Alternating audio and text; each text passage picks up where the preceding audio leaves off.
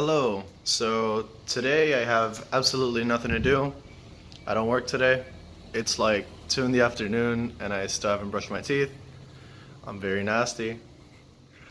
But I'm gonna go on an adventure today and go to a spot that I don't think many people have gone. And there I will continue recording, and hopefully with the questions or discussions that I have with myself in this camera, you and I both could grow and learn more about ourselves, and I don't know. But yeah, right now I'm wearing a dress. This was my ex's, but she never gave me my underwear back, so she's not getting this back. Alright, so I'm ready. Wash the dishes. I'm dressed. If you guys knew me in my skater days, this was the fit. I can't zoom in. But yeah, just cargo shorts and a tank top. That was always the fit. Wash the dishes. I'm prayed up. Yeah. See you guys soon. It's just a little dirt, it's just a little stain. Trust me, you're still worth it, scrolling through the pain. It's just a little tear, don't you worry, God is here. Don't be so hard on yourself, don't be so hard on yourself. Now you gon' have to explain to me how the Lord love a little sinner like me. I've been overstressing, I've been second guessing. I was on them Xans for a second, I was feeling so defeated. I thought I was a leader, hurt so many people, all I see is teardrops when I try to go to sleep. I heard you had a soft spot for the black sheep. Offer me forgiveness, well I struggled to receive it. Now would you still love me if I took her home last night? Smoking and sipping on that Patron last night. If I was popping pills trying to cop a thrill, and I know I'm wrong, but I do it cause it feels so right. Would I still be a child? And would you still be around? If I'm sick of church and tired of praying, it's been a while, I'm hoping that you're patient. It's just a little dirt, it's just a little stain. Trust me, you're still worth it, just going through the pain. It's just a little tears, don't you worry, God is here. Don't be so hard on yourself, don't be. Alright, hi. I'm on top of a tree right now, and I'm using said tree as a tripod, so if my phone falls, it'll fall on some bushes, and hopefully that's gonna be cool. If you guys hear that, those are gunshots. Everyone over here extends their Second Amendment right. What are you gonna do? I'm in the middle of nature, and this guy's shooting a gun, so, you know, two worlds collide, huh? Well, I'm gonna try to be a little confrontational in this video, and my friend had given me an idea of making a video about how to look like you got it all together. The concept of having it all together is what I'm trying to get at. But to look like you got it all together, you kind of gotta have some of it together. It's not all like a mask or a facade. You need to really believe that you're working on getting to know yourself better and getting to know life better. Like, what is life to you? So I have 7 questions that I wrote down, and the first one is, why are you hurt? Also, why are you hurt? So this can mean a number of things. Mainly, I mean emotionally. If you're physically hurt, that sucks, but you know, you're gonna heal from that. And just like your emotional hurts, you are gonna heal from that. You just need to work on it. That's different from physical pain. It doesn't heal itself. You have to heal for yourself, or let others help you heal. Hurt could mean other people that have hurt you, events that have hurt you, things in your past that still have an effect on you today, or things in your present that have an overbearing effect on you. So for me, it'd be past relationships, women, rejection, you know, fear, anxiety, depression. These are things that have constantly come back, hurt me, constantly still hurt me, but there are ways to overcome everything. So, but again, this is your journey. This isn't mine. Question number 2. How have you contributed to your own pain? So, this would mean things that you've done to accidentally hurt yourself. You don't always try to hurt yourself, and there are people that do try, and this is not what I mean. I mean bad behaviors, bad habits, probably addictions, things that are not good for you. As for the things that have hurt me before, women, I used to actively seek relationships all the time and prematurely commit to people who I didn't really know. And I would be sacrificing all of my time for people that I don't really know. And then I end up getting hurt. So that's the thing I've done to contribute to my own pain. Another thing could be, I don't know, wasting money irresponsibly. That is also something I've done. Yeah, there's a countless amount of ways, and it's hard to identify, but if you really continue to ask yourself and look at how you function and do things, you'll eventually figure it out. Number 3, do you believe you're happy when you say you are? I see a bunch of people online always saying, man, life is great, I'm living my best life, I'm having fun, things are great, but then the next post, they'll say, man, why does life suck so much? I hate people, I hate this, I hate that. They're constantly complaining. That is not an attribute of someone who's happy. That's not an attribute of, enjoyment of life. Just because you say you're having fun, are you really having fun?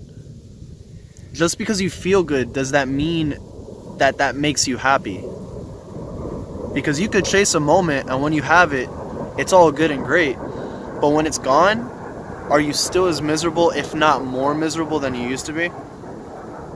I used to smoke weed a lot, and that was definitely a really big problem.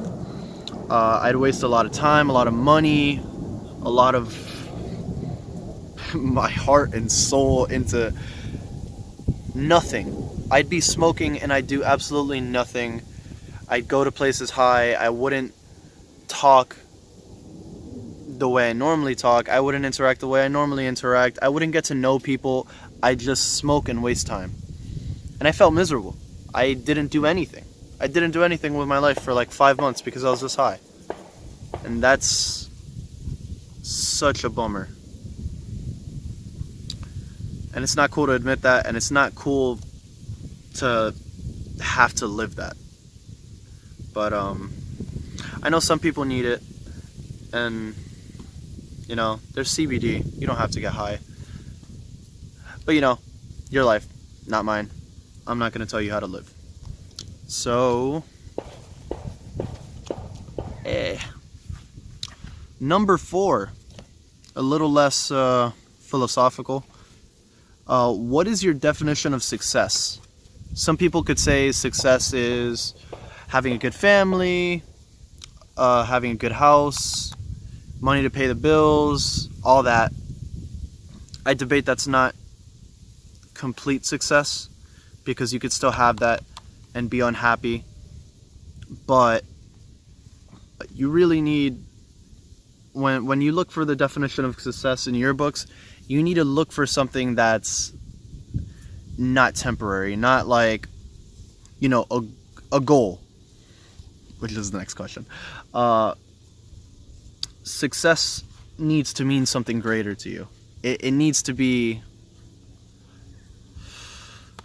something hard to reach, but attainable. Okay, I kind of want to scrap that. Okay. So what is your definition of success? I cannot really explain that too well. What is success in your eyes? What is the definition of success in your eyes? What is something that you look at and feel is success. I word this very poorly, and I've attempted multiple times, by the way. But, yeah, just what do you feel is success for you? Success for me would be being in a position to help others out and to be able to take care of my family well. Ultimately, over all of that is to be able to serve God the way He'd want me to serve Him. So, yeah, that's success for me. Success for you is blank. I don't know. Number 5, what are your long-term goals, and do you have any short-term goals you're working on to get closer to it? Long-term goals could be getting a house, getting married, getting that super expensive cool car, maybe, if that's that important to you. And short-term goals, all your short-term goals have to work towards your long-term goal. So let's say you want to be a doctor.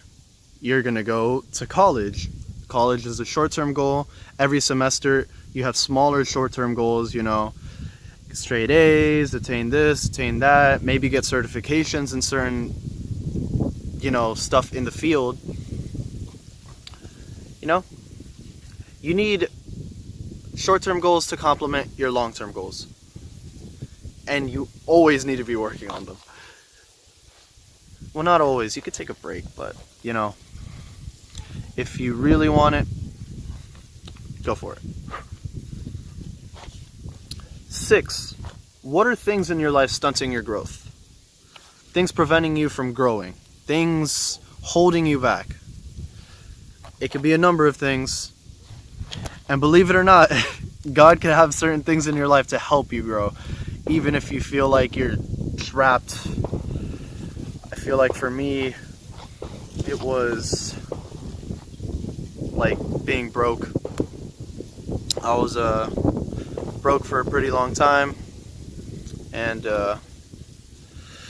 you know, I've talked to my dad a couple of times about it and about the stress, and he's told me that maybe God's keeping you there because if you get a crazy amount of money one day, you'll forget about him.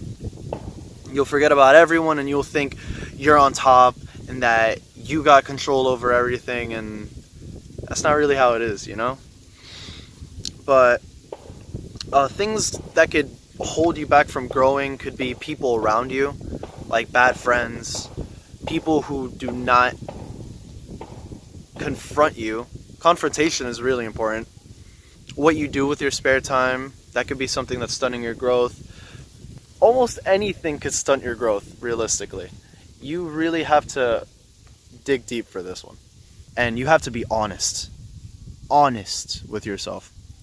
Because at the end of the day, everyone knows what's right and wrong and who is the best person to have around them.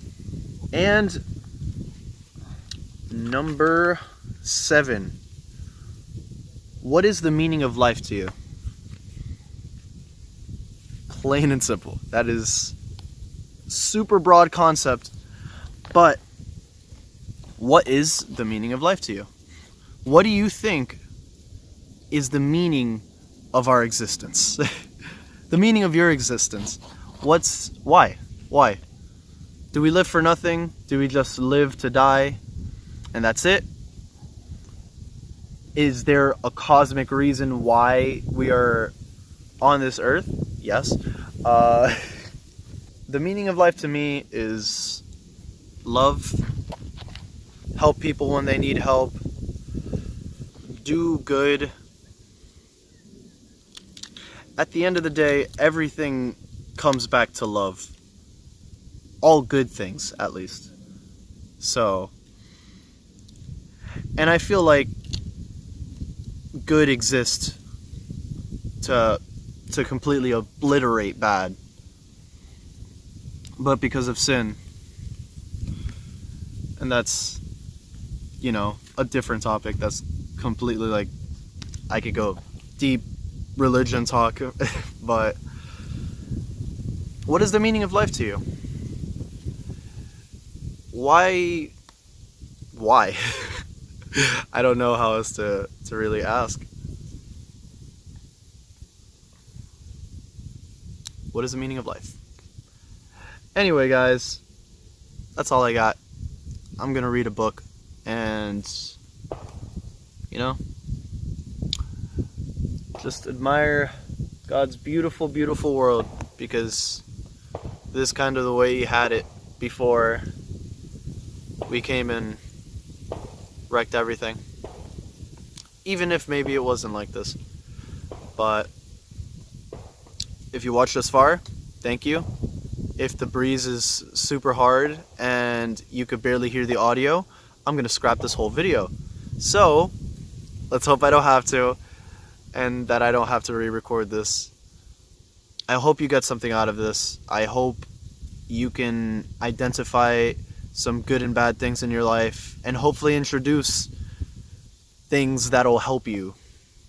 And, you know, work on yourself. Life's a process. Everything. I'm in the process of sanctification, and that's a lifelong process. And that requires immense growth and immense accountability. And we have to grow. We can't not grow. We can't not do things we have to do when we have to do them, because then we're just going to stay exactly where we're at. Being comfortable is, I'd say, a curse, because if you're comfortable, you're not doing anything new. You are stuck in the spot you're at, and even if it's a good spot, air quote, where you stay at's where you're gonna rot at. So, and you can't be comfortable in your pain either. Oh, I was there for too long. Don't be comfortable in your pain. Do something about it. Do something about it. Because you can, and you should. Well, I love you. Thank you for watching. I guess I don't need to say thank you for watching. I'm editing this for myself anyway. Dog. Okay, bye. It's not easy. You gotta face yourself.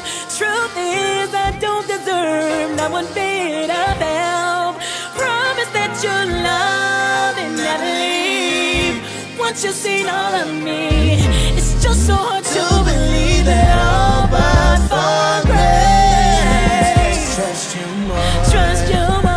Love you more. Love you more. Oh, I'm yours. Oh, but for grace. Trust you more.